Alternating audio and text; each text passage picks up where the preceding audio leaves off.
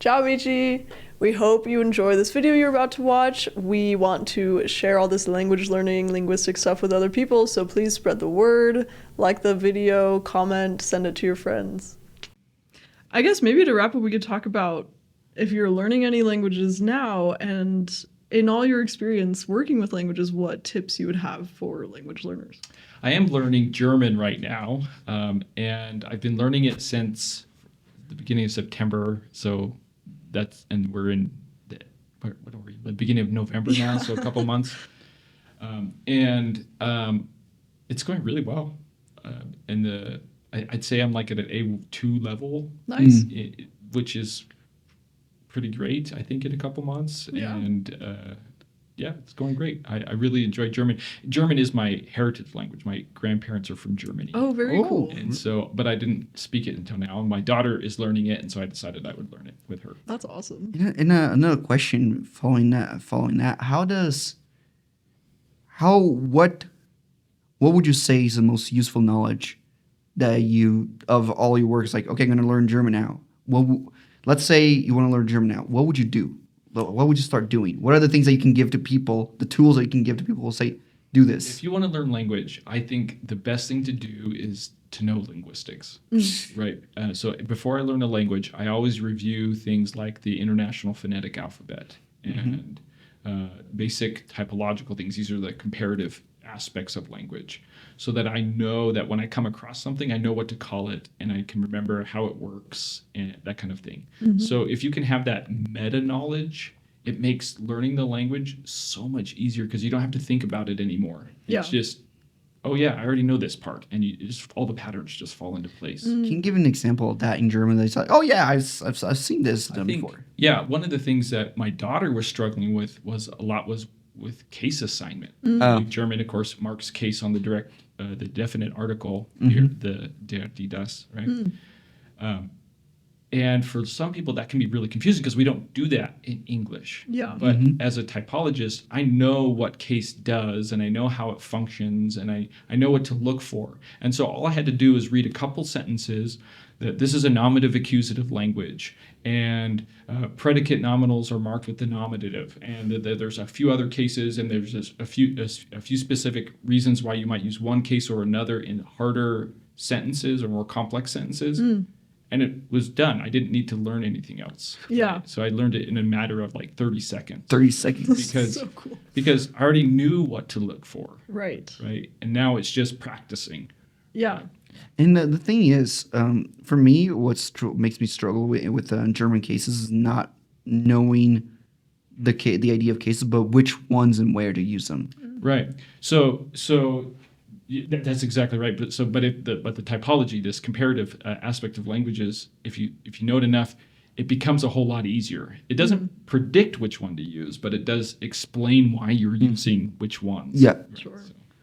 Sure. So when you say that you speak all the languages, I feel like you're kind of qualified to say that. Well, that's what I mean. I could, right? Just take practice, right? Yeah, that's awesome. So from what I understood, typology is basically, if you were to define typology, it seems like you really like that. Well, it's one of my specialties, so that's what I'm talking about. And I'm teaching a class on it right now.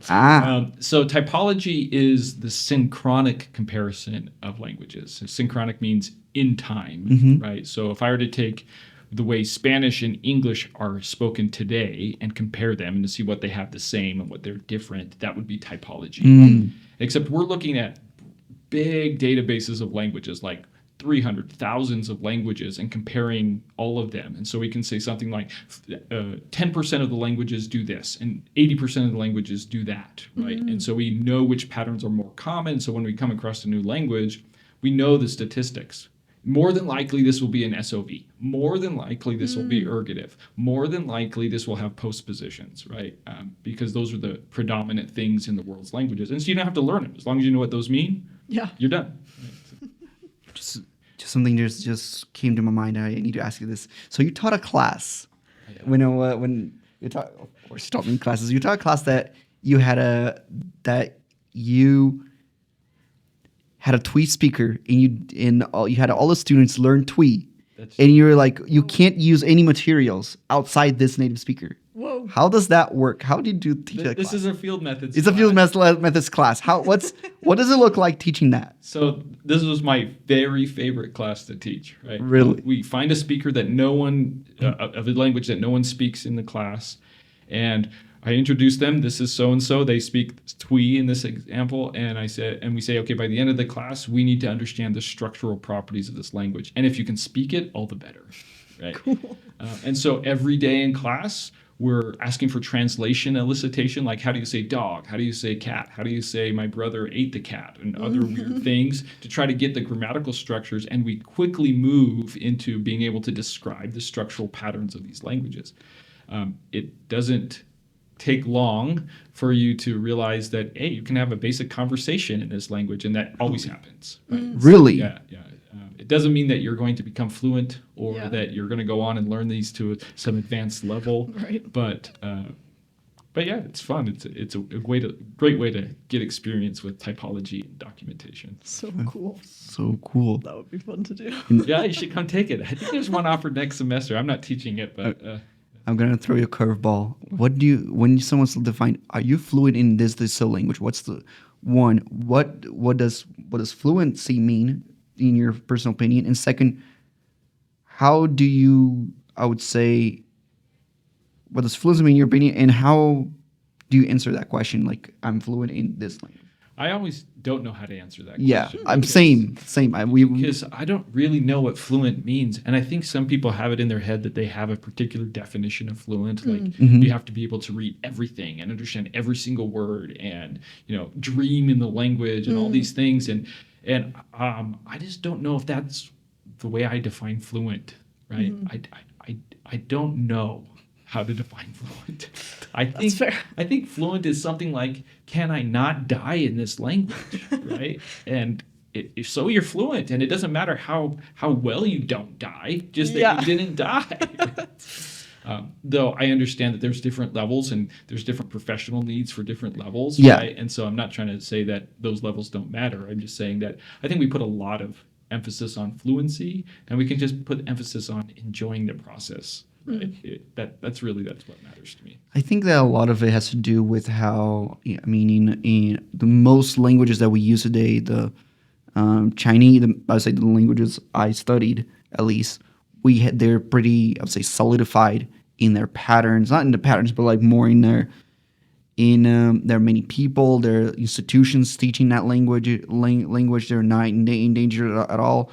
And there has been a philosophical work, but which is completely different than languages that are only used in certain contexts. You're not going to use Church Slavonic to have a philosophical conversation. Right. You're not going to use Latin to have a podcast. Actually, you can. I'm talking. You can have. I've seen people doing that. Never mind. But not you're typically. You're not gonna have any, I would say, Mayan Aztec language to talk about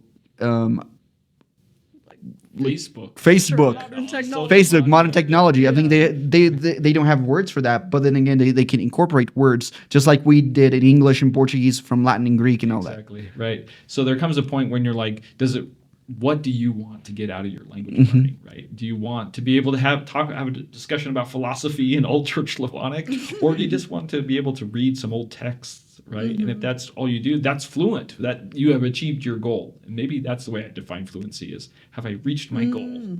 I like Right? that. Yeah, because I've seen in Germany, if you go to the center Berlin, I think Paris, they have those too. You're gonna have those guys who are selling stuff, and they can sell that in like the main languages, and they're fluent at it. They're being fluent, but they will be able to have like a conversation to sell you something. But outside of that topic, they are completely useless. Yeah, right. Exactly. And that's kind of the way church missionaries are, right? Yeah. Like when you're a church missionary, you know how to talk about Jesus and church and the Bible and all these things really well.